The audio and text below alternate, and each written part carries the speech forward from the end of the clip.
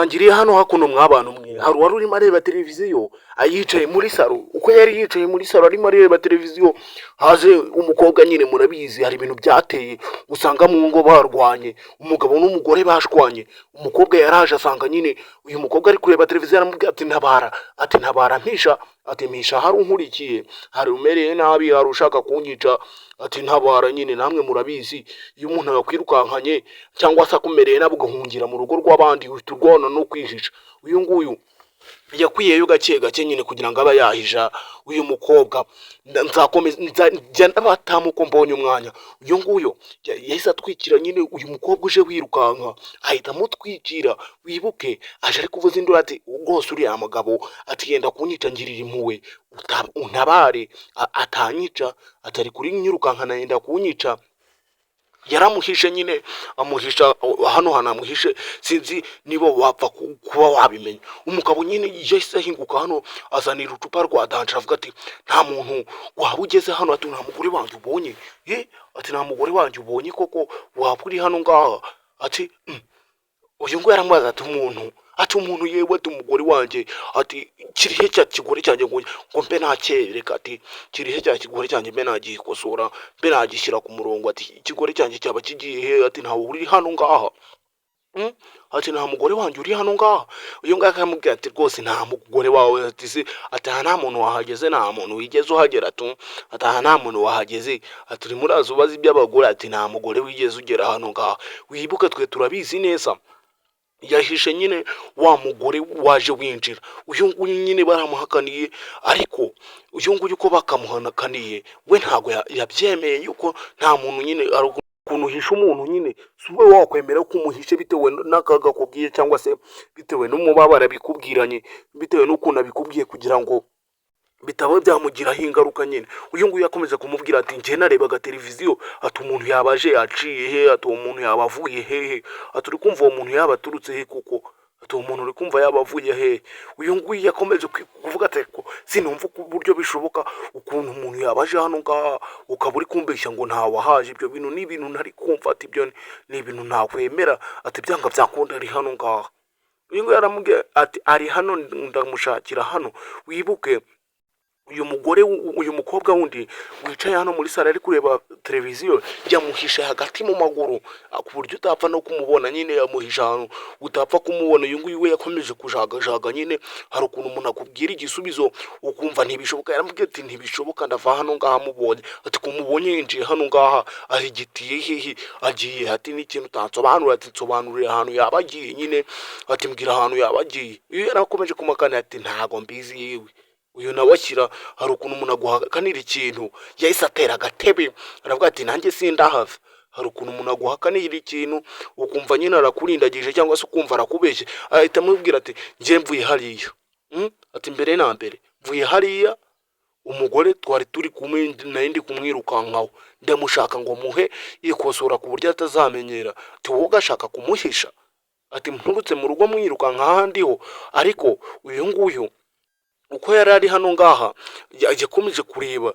Uyu wibuke nyine yamuhishe mu majipo, yamuhishe mu ngutiya, ari kugenda asa nk'ugiye kwigaragaza. Uyu nguyu agasa nk'ubihishira nyine akabihishira. Uyu musore nawe yavuze ati ntago ari bwahave, ari buze kureba ibiri buze kuba, ati ntago ari bwahave, ngo ntabwo ari bwave hano.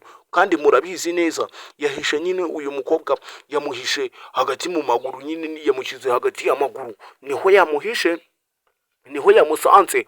Ariko wibuke yamuhishe uyu musore yahindukiye asa nk'urebye atareba amaguru. Nawe ndebera ni gute umuntu agira ibiguru nyine bibyimbye bingana gutya. Uyu nguyu yajya ati kiramvumbura we, ati kiramvumbura. Uyu nguyu umusore nyine hari ukuntu ushyira ibintu ku bwenge ku gihe. Uyu musore yarongeye afata icupa ati nimubona ibintu ndi bwamukorere, ati nimubona, ati reka mbe nigendeye, ati nimubona ibintu ndi bwamukorere ndamuhikosora. Uyu nguyu savayo nyine aratangira avuga ati reka nze ndebe mu nguni ya runo rugi ataba yanyihishe we, ataba yanyihishe. Wibuke uyu musore asa nkaho yabibonye, asa nkaho yabibonye, usibye yuko nyine yabuze icyo akora ari kwishakisha ku mpande n'impande, yaraje akuraho hano inyuma y'amarido, gataza kuba yihishe inyuma y'amarido, yamubuze ari kwibaza ati se uyu mugore yaba nshigiye he, yaba agiye he, byaba bigenze bite? Nawe kuza nyine uri kwirukanka ku muntu uri kumuhiga umushaka, ukaza ukamubura. Ariko wibuke uyu musore ari gukemanga hano hantu, ari kuhakemanga, yarunamye ngo arebe munsi y'intebe niba hari ubaba bagiyemo, hari ukuntu ibintu bigucanga wa muntu we. Ndarumvise ngo hari abajya babura amagare bakayarebera mu mifuka. Uyu nguyu nawe yatangiye kujagajaga, aramubwira ati ariko wambwiye ahantu yaba agiye, kondagura akantu wambabare ukambwira ahantu yaba agiye. Aramubwira ati rwose, ati ntabyo nzi, ari kugerageza guhishira.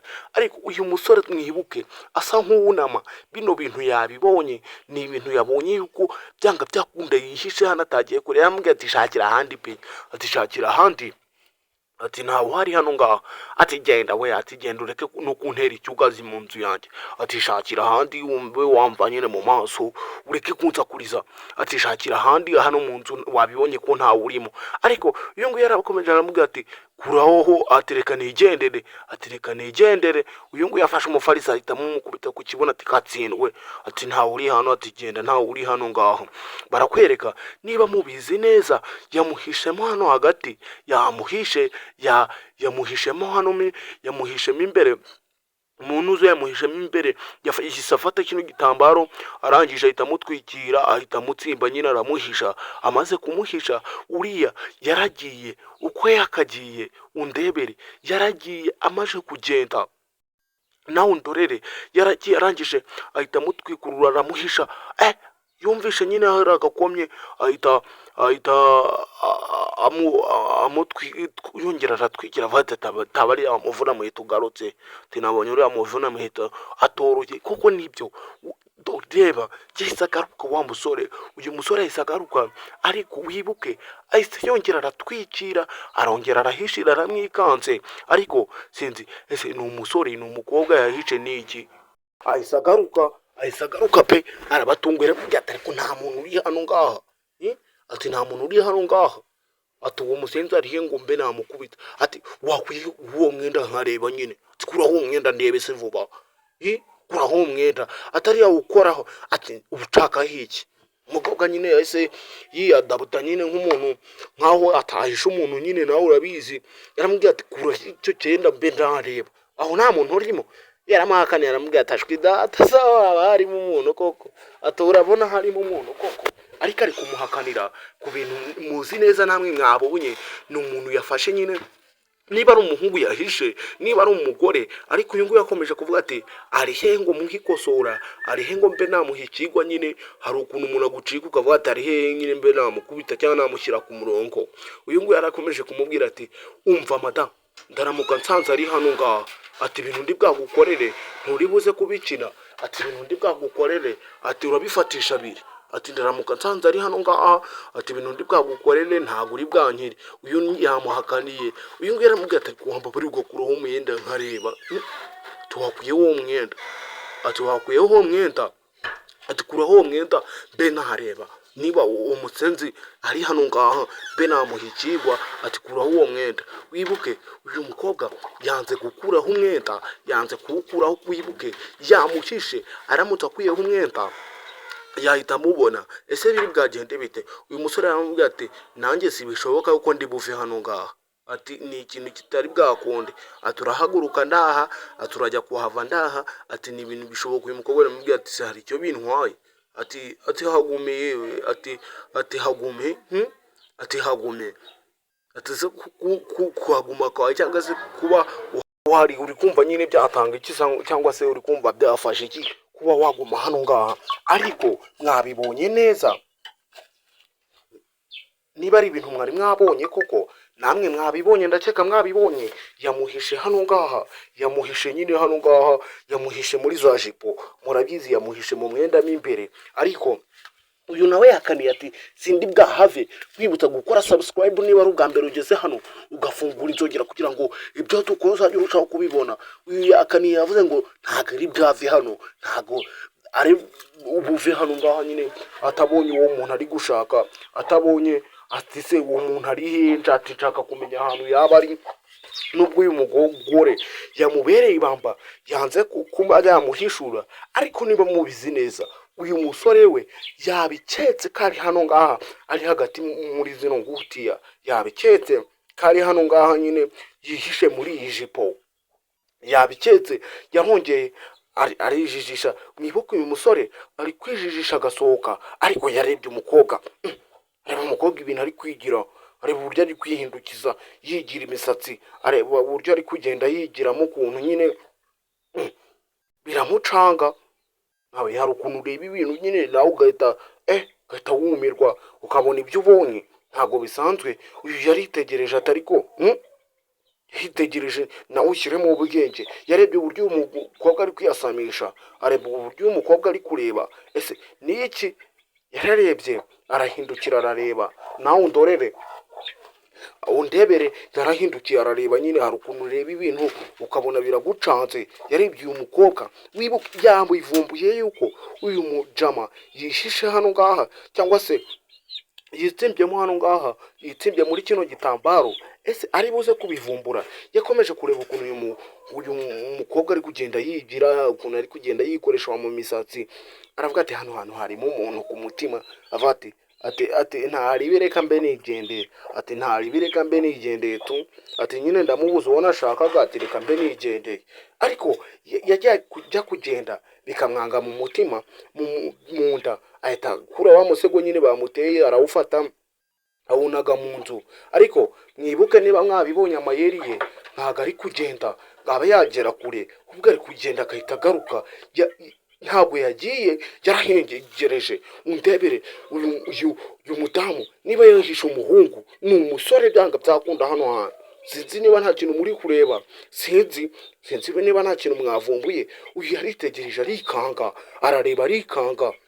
Ariko wibuke uyu musore we ashaka kuvumbura, ati se uyu muvuna muhito bamuhisha hano ngaha. Nibyo binabashaka kuba yamenya, nibyo binashaka kuba yavumbura. Ariko nabe niba mubizi yamuhisha hano ngaha. Uyu nguyu yahise yikanga ati reba, yahise aza ashikuzaho wa muntuza, araza ashikuzaho cya gitambaro. Yararebye arikanga, ni umusore yari yahishe, ni umudamu yari yahishe, sinzi ni umudamu yari yahishemo hano ngaha. Ese nawe undebere, yahise amuvumbura, biri bugende bite? Yaramuvumbuye. Uyu nguyu yaramubwira ati ariko wakwitonze we, ati wakwitonze ugacisha make, ati wakwitonze, ati turi abagore babiri se watuzanaho swingi.